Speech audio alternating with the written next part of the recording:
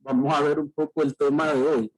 Ok, profesor, mire, yo no sabía que la tarea era para el 17. Yo estaba asustado ya. Ayer me acosté tarde haciéndola. Y cuando, mira, si es para el 17, voy a estar entregando ahorita, lo voy a seguir metiendo más changüí. La de la pasada, Sí, las mías, no me fijé. es para el 17. Ahí va la grande etapa que le metí, sí, hombre. Vamos a ver hoy la mía 240 que nos habla sobre fraude y error. Entonces vamos a ver que esa diferencia entre lo que es un fraude y un error. Obviamente el fraude es un acto intencional por parte de uno o más individuos. Eh, Porque la persona lo medita, lo planea y tiene una intención.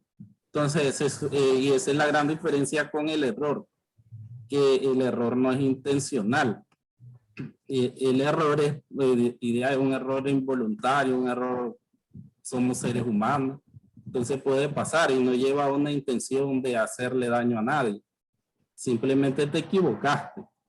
El fraude puede implicar manipulación, falsificación, alteración de registro, malversación de activos, supresión o omisión de efectos de transacción en los registros, registro de transacciones sin sustancia y mala aplicación de políticas contables. Entonces, en el fraude tiene que haber esto, la persona cómo lo va a hacer.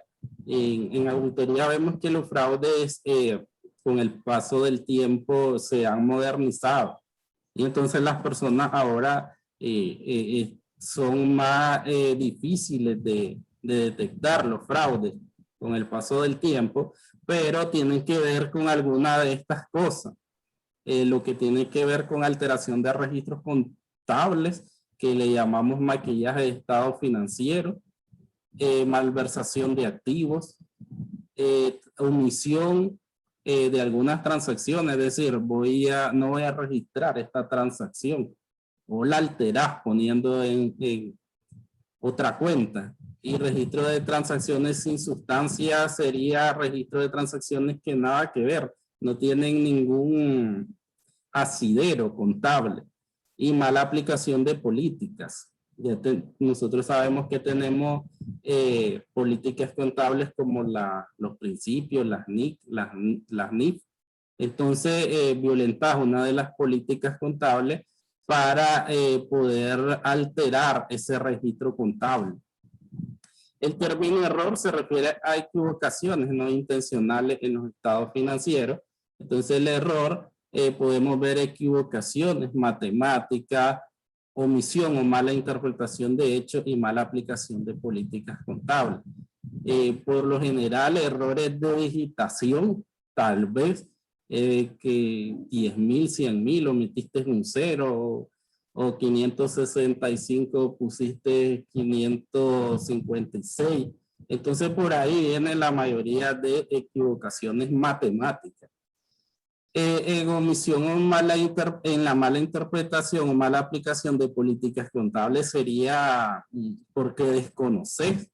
Digamos que esa sería una justificación en el caso de un error, pero obviamente ahí es que la persona que trabaja en contabilidad tiene que saber cómo aplicar los principios, cómo aplicar las NIF, porque si no se va a registrar una mala aplicación de políticas contables y ya queda en duda que sí querías hacer un fraude o verdaderamente te equivocaste.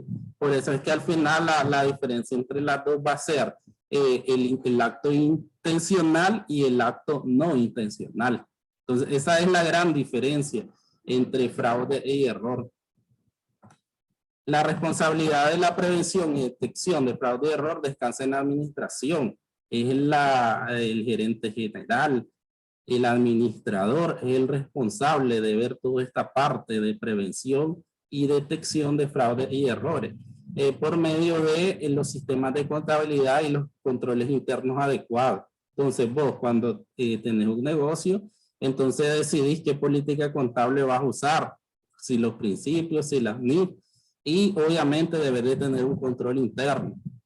El control interno significa que la empresa debe de tener una misión, una visión, valores organizacionales, un organigrama, debe de tener manuales de funciones para cada uno de los cargos, debe de tener políticas contables, políticas de compra, políticas de adquisición de activos fijos, política de venta. Toda la estructura de contabilidad tiene que tener políticas y procedimientos. Entonces todo eso hace que una empresa sea fuerte en cuanto a operaciones.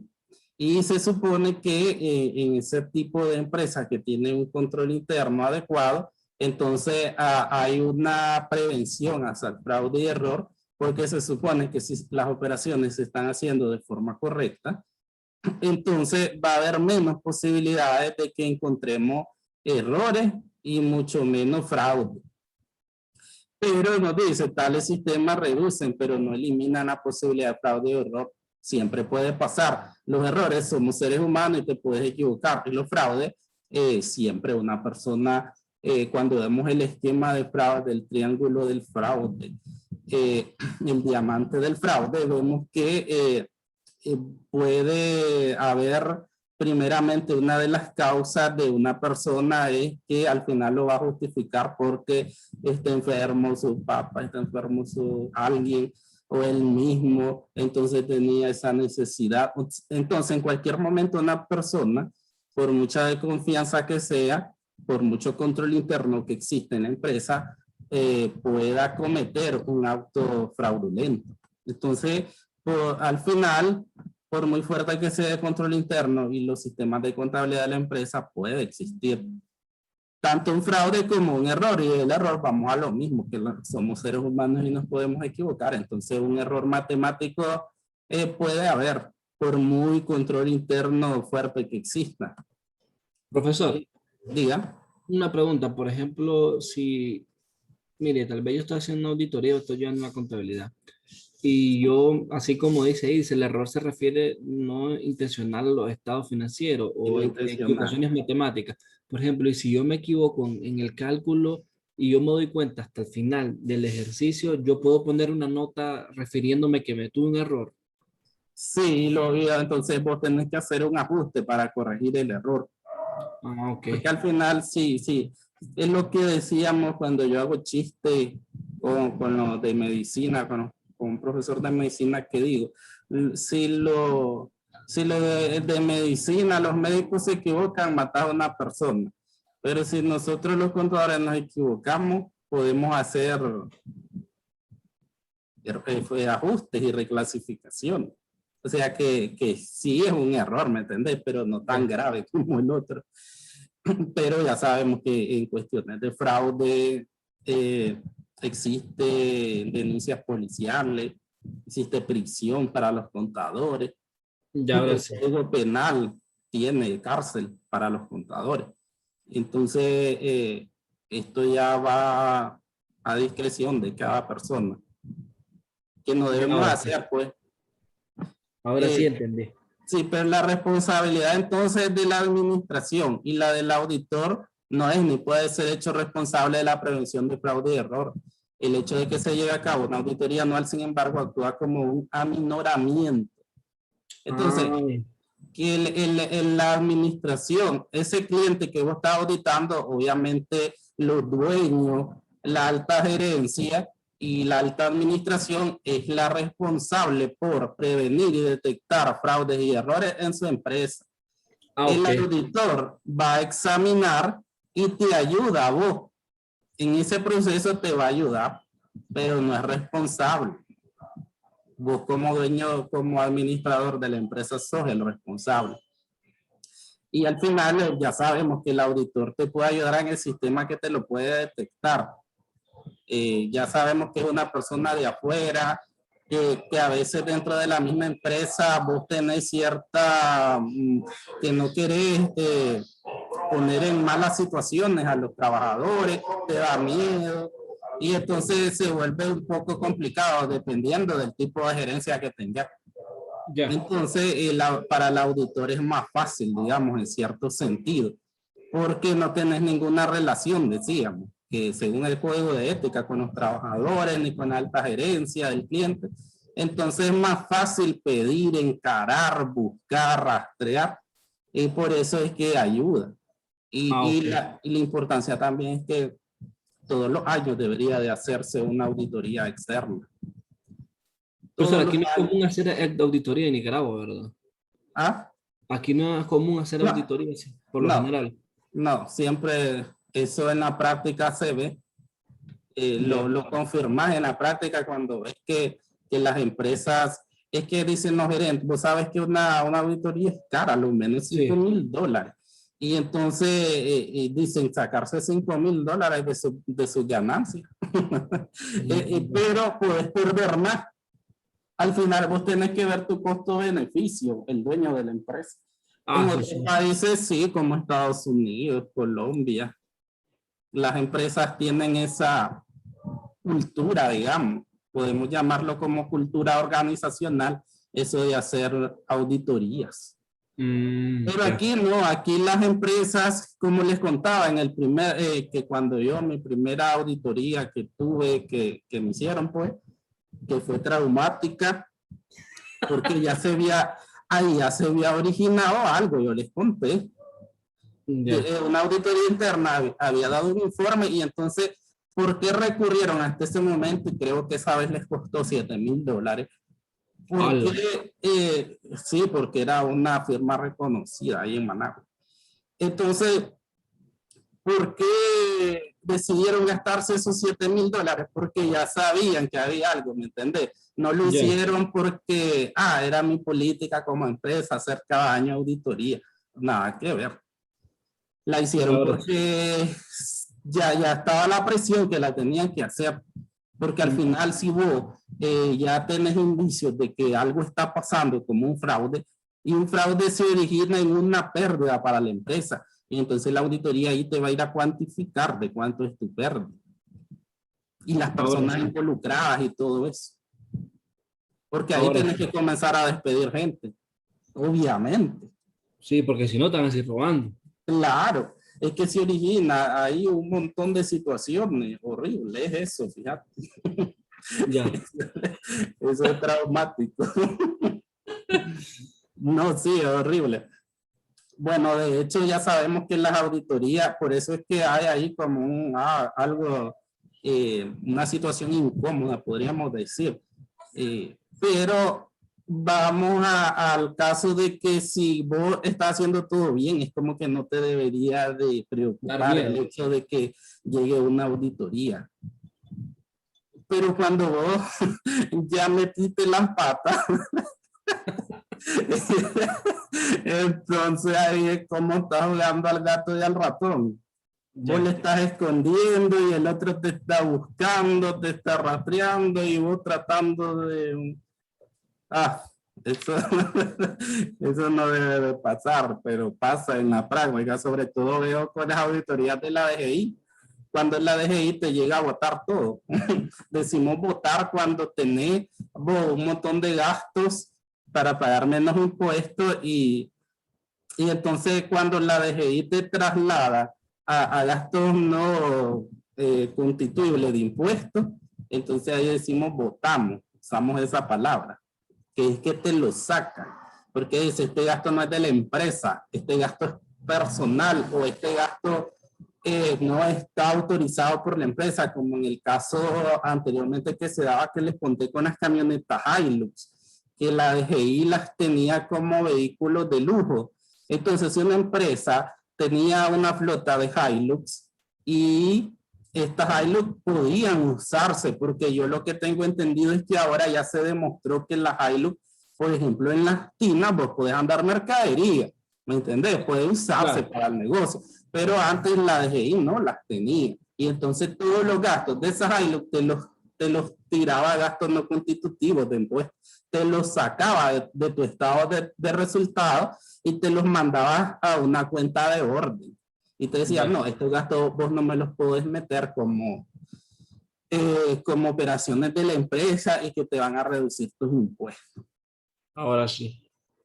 Ahora tengo entendido que sí, lo que yo creo que les conté que en la última auditoría en la que estuve, siempre como que nos hacían auditoría los clientes y nosotros acompañábamos. Esa vez nos botaron de una Land Cruiser, ¿es que se llaman? Sí, sí, sí.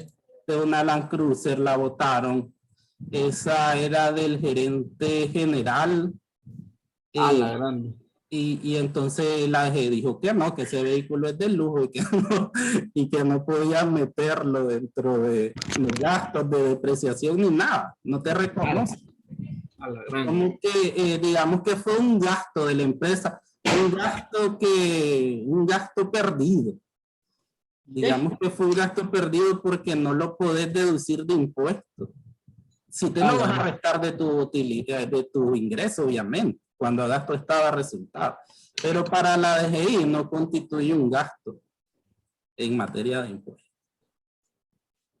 Pero bueno, la DGI tiene sus propias políticas ahí. Claro. Dice que al planear la auditoría, el auditor debería evaluar el riesgo de que el fraude y error pueda causar que los estados financieros contengan representaciones erróneas de importancia relativa y debería averiguar con la administración sobre cualquier fraude o error. Además de debilidades con el diseño de los sistemas de contabilidad y de control interno y el no cumplimiento con controles internos identificados. Las condiciones o eventos que aumentan el riesgo incluyen cuestiones con respecto de la integridad o competencia de la administración. Ahí vamos a ver qué tan íntegro, honrado sos el administrador de la empresa. Presiones inusuales dentro sobre una entidad. Entonces vemos ahí que, por ejemplo, a vos te dicen, tenemos que lograr un aumento de venta del 50% y sobre ese 50% te voy a dar un 5%, un 3%. Entonces ahí viene una presión grande. ¿Y qué vas a hacer vos para llegar a esa meta aunque no la cumpliste? Maquillar que llegaste. Entonces es, digamos, ese tipo de presiones más bien juegan en contra en una empresa. Transacciones inusuales, focos rojos, cuando veas algunas cuentas sobregiradas, cuentas con naturaleza donde no debe de haber, o cuentas que verdaderamente no se ocupan en esa transacción. Entonces ahí ya vos decís aquí está mal algo. Problemas para obtener suficiente evidencia apropiada de auditoría. Lo que estamos hablando de que, porque no me dan todo lo que estoy solicitando en una auditoría. Pedí tales documentos y la contabilidad no me los quiere entregar. Entonces ahí viene la parte de por qué están ocultando algo. Tu valoración de riesgo es muy alta a encontrar fraudes y errores en esa información. Basado en evaluación del riesgo, el auditor debería diseñar procedimientos de auditoría para obtener certeza razonable de que son detectadas las representaciones erróneas que surgen del fraude y error, que son de importancia relativa. Obviamente, todo error es de importancia para los estados financieros, aunque digamos que queda a criterio de los auditores. El auditor busca suficiente evidencia apropiada de auditoría de que no han ocurrido fraudes y errores que puedan ser de importancia para los estados financieros, o que si han ocurrido, el efecto del fraude está reflejado de forma correcta en los estados financieros. ¿Ves? O que el error está corregido, lo que te decía. Entonces ahí podemos corregir los errores. Obviamente en un asiento de ajuste tiene que quedar conceptualizado de qué se trata. Por eso es que al final, si vemos cuando hacíamos los asientos en el sistema contable, ahí le poníamos un concepto. Y ese concepto tiene que quedar bien específico. Eso me enseñaron ya cuando comencé yo a trabajar en sistemas contables. O sea, todo lo que te cabe ahí, tratar de poner. Yo miraba que el contador de la constructora era alguien así, que entre más palabras le caben en ese concepto mejor, porque ahí tiene que quedar reflejado lo que vos querés, lo que hiciste, pues. Y qué mejor forma con palabras contables también. Entonces, si vos haces un error, un ajuste de un error, entonces ahí tiene que quedar bien conceptualizado de qué se trata ese ajuste y a qué error se refiere. Pero no se ocupa ahí, profesor, como contabilizando, no sé, venta de 30 ganados, no se contabiliza nada así, cuando ponen los asientos de diario. Ahí se tiene que poner contabilizando el error en concepto de, por el monto, si fue en dólares, si fue en Córdoba. O sea, y hay que conceptualizar bien esos ajustes.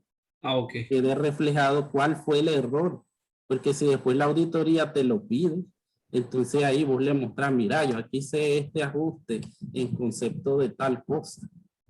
Ahora sí. Igual cuando estás contabilizando, bueno, puede ser la venta de la factura del cliente tal, aunque le hayas puesto arriba siempre ahí, eso fue lo que me enseñaron, pues dentro del concepto poner la mayor información que pueda, porque a veces uno, por ejemplo, si tenés mucho trabajo, entonces uno, vos sabes que puede ponerle, con tal de avanzar, puedes poner 3 palabritas, cosas así, pum, pum, va, cuando estás mecanizado, pues. Ya. Pero digamos que lo mejor es que vos conceptualizás lo mejor que puedas estar haciendo. Eso es lo correcto. Ahora sí. La probabilidad de detectar errores ordinariamente es más alta que la de detectar fraude, ya que el fraude ordinariamente se acompaña por actos específicamente planeados para ocultar su existencia. Entonces ahí nos dice la mía que es más fácil detectar un error que detectar un fraude. Y vamos, que a la literatura actual nos dice que los fraudes ya se han modernizado.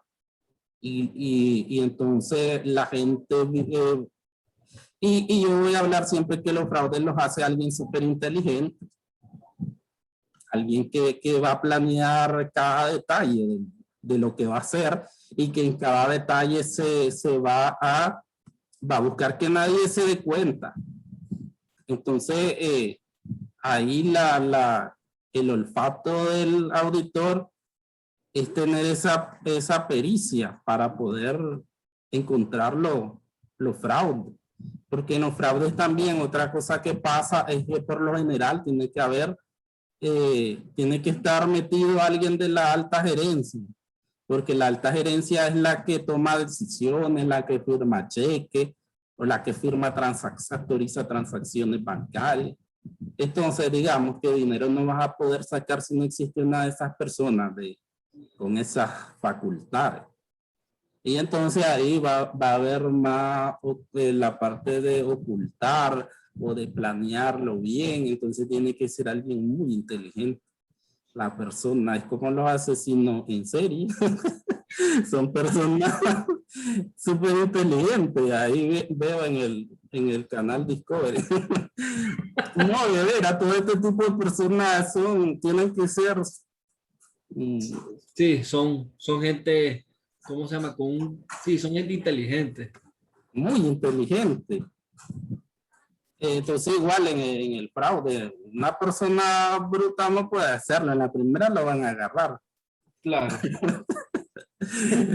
Una auditoría está sujeta al riesgo inevitable de que algunas representaciones erróneas de importancia relativa no sean detectadas, aun si la auditoría está propiamente planeada y desempeñada de acuerdo con las NIA. Siempre hay ese riesgo de que algunas representaciones erróneas no sean detectadas. Y eso, si nos acordamos, lo dejamos en las cartas. En la carta de compromiso y en la carta de oferta técnica, ese párrafo queda. Que por mucho que vos apliques la mía, puede que algo no sea detectado. Y eso nos lleva a dónde? A las muestras. Porque hablamos que en empresas grandes, vos no puedes revisar todo porque pasarías todo un año. Entonces ahí trabajas con muestras. ¿Y qué pasa si la parte de que no va dentro de la muestra es donde hay errores?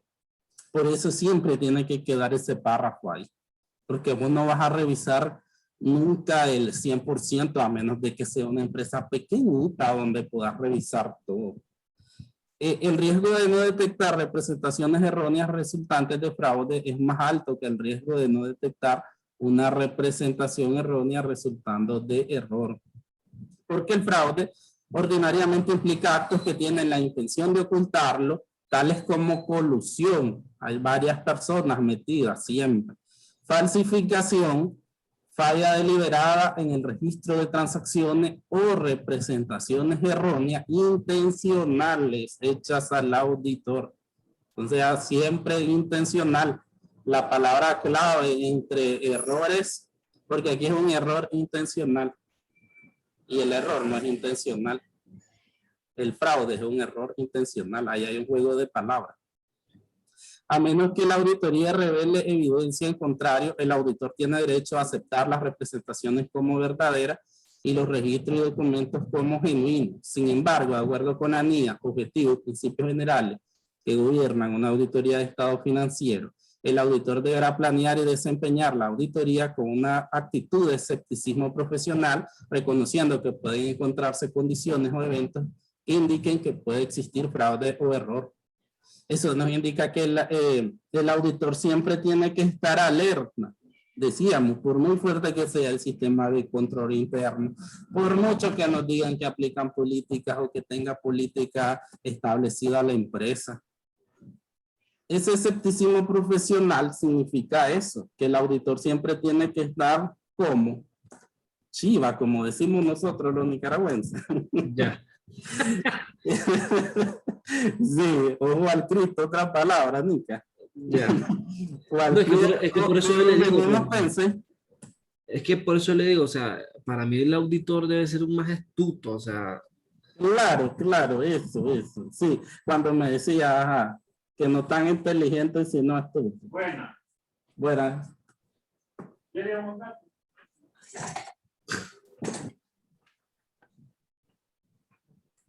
¿Dónde es la casa? A ver, no, venga. Muchas gracias.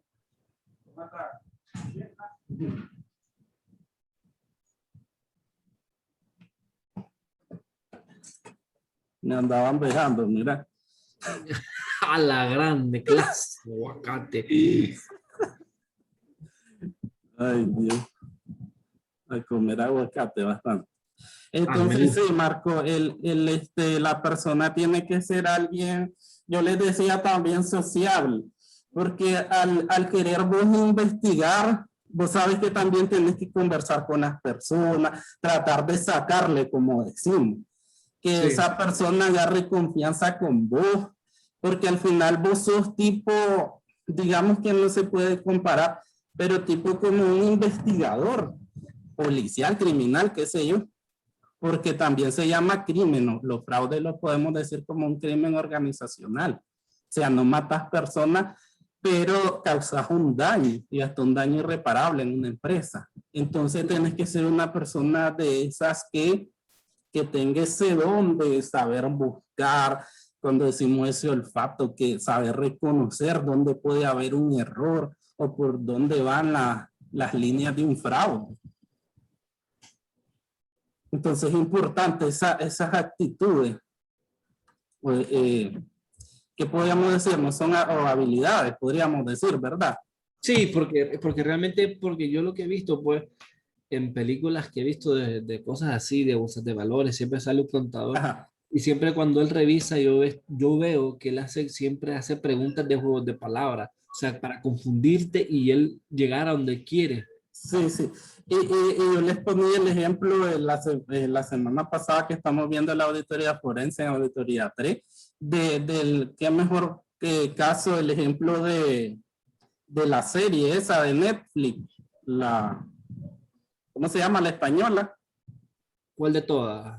el del robo, el profesor La Casa de Papel. de la Casa de Papel. El profesor es alguien brillante. Claro. Por eso, el que orquesta un fraude o un robo así, alguien con una mente brillante, completa, que Porque él planeó estudió todo todo. de tal manera de que estás cuidando todo tu frente, todo por donde te puede caer una debilidad. O sea, alguien completamente brillante. Eso sí tiene razón. Yo lo he visto, es verdad. Él El estudió prof- todo lo que le podían hacer. pues sí, ese hombre es brillante. Sí. Pues ahí el brillante fue el guionista, Sí, pues claro, el que le escribió, el que creó al personaje. porque realmente es de mucha inteligencia, porque, o sea, una serie tan llamada, te Y se capta metió tanto. a la casa, vos sabés, donde produce billetes y moneda, Sí. los Y, billetes. y se robó todo. Sí, salvaje, por eso la serie te atrapa, es buena serie. Sí. El grado de dicho procedimiento, aquí nos habla sobre los procedimientos cuando hay indicación de que puede existir fraude o error, depende del juicio del auditor. Los tipos de fraude y error indicado, la probabilidad de su ocurrencia y la probabilidad de que un tipo particular de fraude o error pudiera tener un efecto importante sobre los estados financieros. El reporte de fraude y error se debe hacer a la administración. El auditor debería comunicar los resultados actuales a la administración tan pronto sea factible si el auditor sospecha que puede existir fraude, aun si el efecto potencial sobre los estados financieros no sería de importancia relativa. Es a donde digo yo que al final, bueno, la NIA te habla mucho de importancia relativa, pero yo digo que todo error o fraude se debe de comunicar a la administración, por muy pequeño que sea. Realmente se encuentra que existe fraude o error importante. Aunque aquí nos dice también que el auditor, aunque si no tiene tanta importancia relativa, se debe de comunicar, que debe ser lo correcto, comunicar todo error o todo fraude por muy pequeño que sea para que la administración tome las decisiones oportunas. A los usuarios del dictamen del auditor sobre los estados financieros, dice que si el auditor concluye que el fraude o error tiene un efecto de importancia relativa sobre los estados financieros y no ha sido reflejado o corregido en los estados financieros, el auditor debería expresar una opinión calificada o una adversa. Y si la entidad impide al auditor que obtenga suficiente evidencia propia de auditoría para evaluar si ha ocurrido o es probable que ocurra fraude o error que pueda ser de importancia relativa para los estados financieros, el auditor debería expresar una opinión calificada o una abstención de opinión sobre los estados financieros en base al alcance. Ahí siempre sabemos que podemos abstenernos de opinar al final sobre una auditoría cuando el cliente no nos proporciona toda la información. Entonces vos decís como auditor, yo no puedo opinar acerca de estos estados financieros. Entonces presentas una abstención de opinión, presentas un dictamen, pero en el párrafo de opinión va a ir esa abstención de opinión. Y si el auditor no puede determinar si ha ocurrido fraude o error a causa de las limitaciones impuestas por las circunstancias y no por la entidad, el auditor debe considerar el efecto sobre el dictamen del auditor. Retiro del trabajo.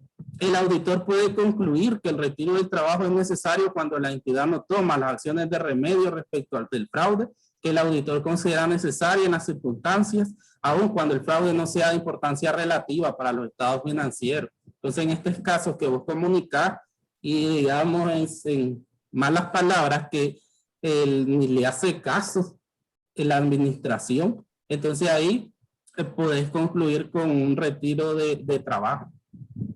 Los factores que afectarían la conclusión del auditor, incluyendo las implicaciones de la involucración de la más alta autoridad dentro de la entidad, lo que puede afectar la confiabilidad de las representaciones de la administración y los efectos sobre el auditor respecto de continuar en asociación con la entidad.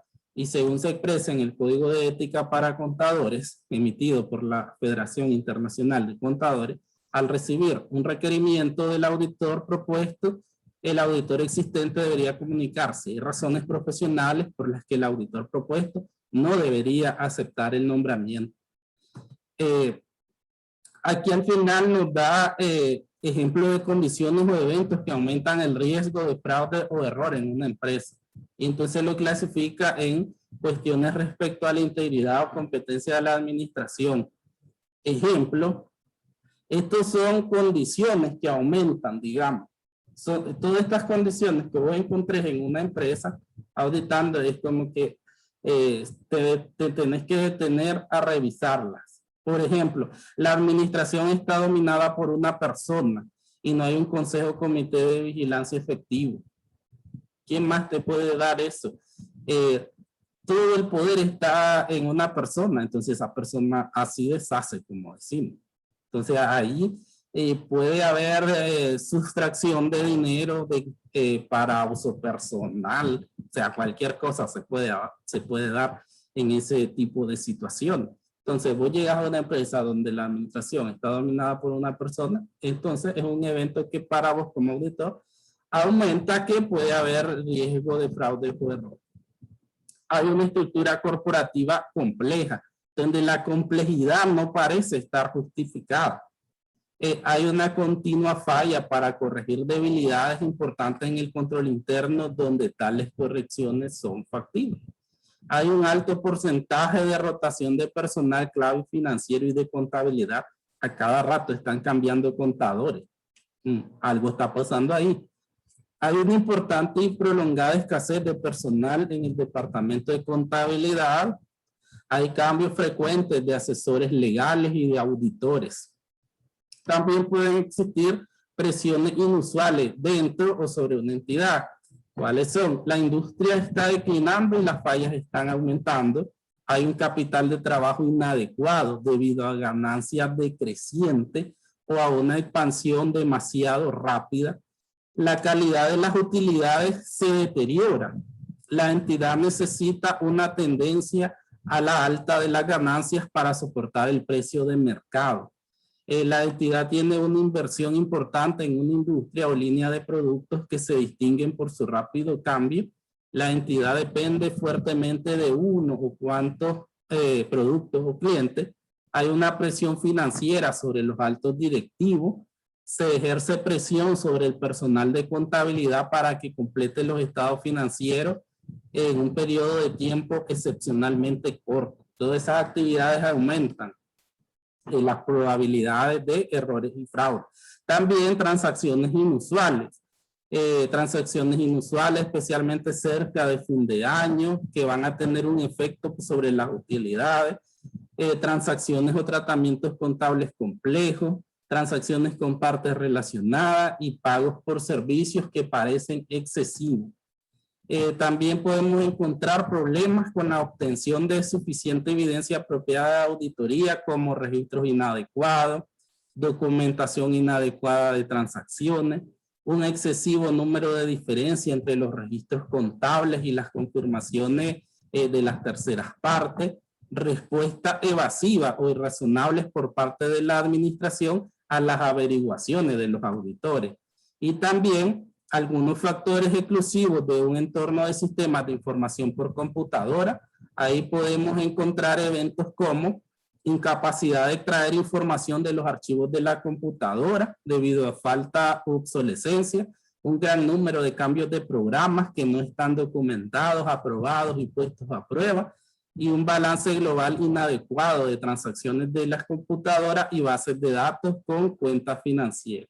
O sea, ahí tenemos, las medidas nos dan toda esta serie de eventos o de situaciones que hacen que el auditor vea que estas situaciones aumentan el riesgo de fraude o error en una empresa, y una vez que las detecta son alertas para decir, oh, aquí tengo que revisar o le tengo que poner más énfasis, porque aquí puedo encontrar algún error o algún índice de fraude, que los fraudes te van a llevar por una línea y después ya puedes contratar una auditoría forense para que se dedique especialmente a revisar toda la parte del fraude y ver cuánto fue la pérdida, quiénes son las personas involucradas. Eso lo haces con una auditoría forense.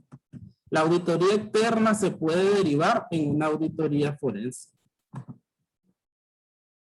Queda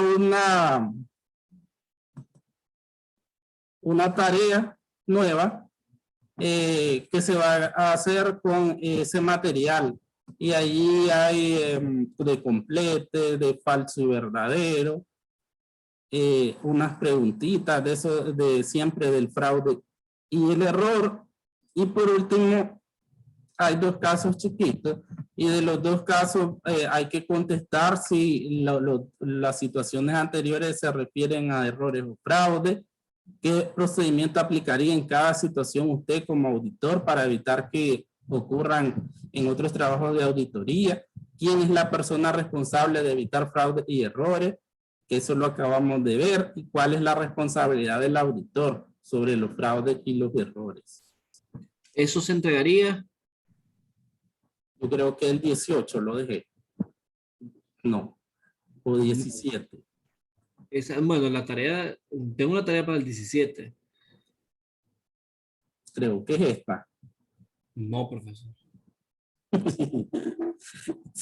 Si no abro la otra para hoy, no hay problema. Ya ni me acuerdo. Voy a revisar. Y voy a revisar si los demás mandaron algo. Bueno, Sí, esta tarea es para hacerse con ese material.